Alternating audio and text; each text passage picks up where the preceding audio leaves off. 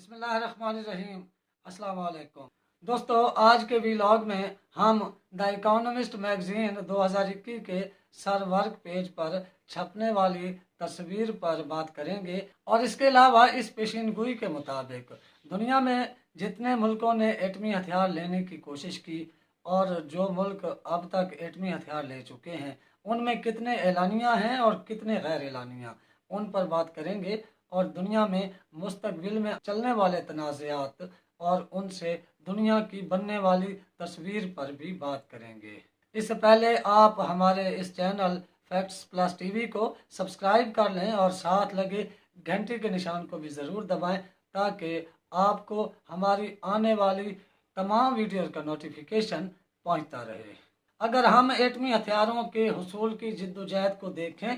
तो तारीख ये बताती है कि बहुत से ममालिक ने अपने सर धड़ की कोशिश की और इन एटमी हथियारों को हासिल करना चाहा, जिनमें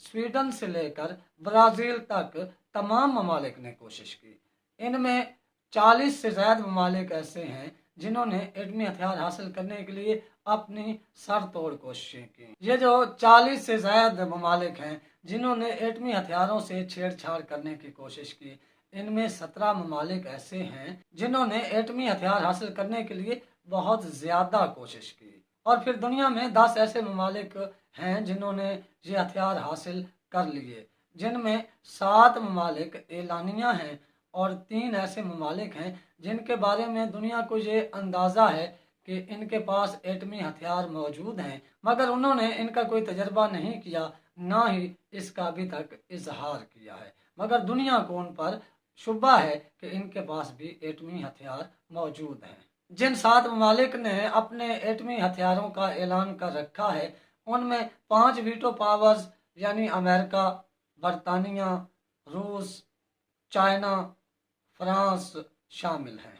जबकि पाकिस्तान और इंडिया ने भी अपने एटमी हथियारों के तजर्बे करके दुनिया पर यह वाज़े कर दिया है कि हम भी एटमी ममालिक हैं। बाकी जो 3 ममालिक हैं जिनके बारे में दुनिया को ये शुबा है कि इनके पास भी एटमी हथियार मौजूद हैं, उनमें इजराइल, शुमाली कोरिया और ईरान के नाम आते हैं। दुनिया ये अंदाज़ा लगाती है कि शुमाली कोरिया, ईरान और इजराइल ने भी एटमी हथियार बना रखे हैं जिनका अभी तक उन्होंने ऐलान नहीं किया। पिछले 20 सालों में ऐसे ममालिक जिनके पास एटमी हथियार मौजूद हैं उनमें से बेशतर ममालिक में अदम इस्तेहकाम रहा और अफरा तफरी रही और उनमें ऐसे हालात पैदा होते रहे जैसे आजकल शाम और लीबिया में हालात पाए जाते हैं। फिर इस अफरा तफरी में वो ममालिक भी शामिल हो गए जिन्हें हम हैवी वेट्स कहते हैं और उनके अपने मफादात हैं और उन ममालिक को उनके मफादात के हसूल से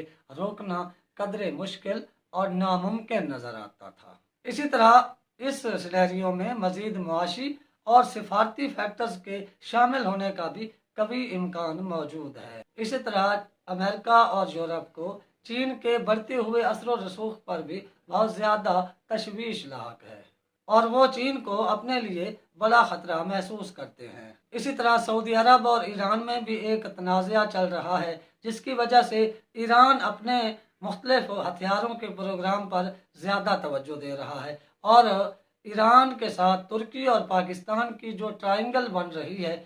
इस पर भी दुनिया की बहुत ज़्यादा नज़र है। इसी तरह पै दर पे पेश आने वाले वाक़यात की वजह से दुनिया में जौहरी हथियारों के फैलाव का ख़तरा एक संगीन मसला बन रहा है। अब बात करते हैं उस वजह की जिसकी वजह से हम ये व्लॉग कर रहे हैं कि द इकोनॉमिस्ट मैगजीन ने अपने 2021 के फ्रंट पेज पर जो एक तस्वीर छापी है जिस पर उन्होंने एक ज़ुमानी फ़िक्रा लिखा है। इस फ़िक्रे का मतलब ये बनता है कि अगला मुल्क कौन सा एटमी कुव्वत बनेगा या आने वाले दिनों में किस मुल्क पर एटमी हमला हो सकता है। अब ज़रा आप इस ज़ुमानी फ़िक्रे पर गौर करें तो दुनिया के लिए आने वाले एक बड़े ख़तरे की पेशीनगोई द इकोनॉमिस्ट मैगजीन ने अपने इस फ्रंट पेज पर जारी की है। ये ज़ुमानी फ़िक्रा अपने अंदर बहुत से ख़तरात को लिए हुए है और द इकोनॉमिस्ट मैगजीन की इस तस्वीर की तरफ से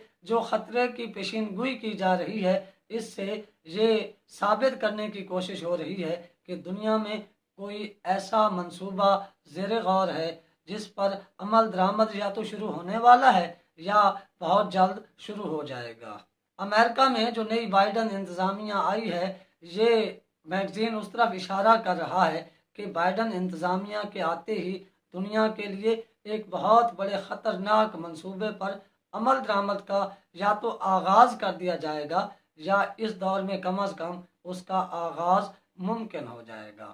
دی اکانومسٹ میگزین نے جس خطرے کی طرف نشاندہی کی ہے، اس سے دنیا کیا روپ لے گی اور اس سے کیسے نمٹے گی، اس کا فیصلہ تو آنے والا وقت کرے گا۔ اب تک کے لیے اتنا ہی۔ آپ اپنے گھر والوں دوستوں کا خیال رکھیے گا، اپنے اس چینل کا بھی۔ اللہ حافظ۔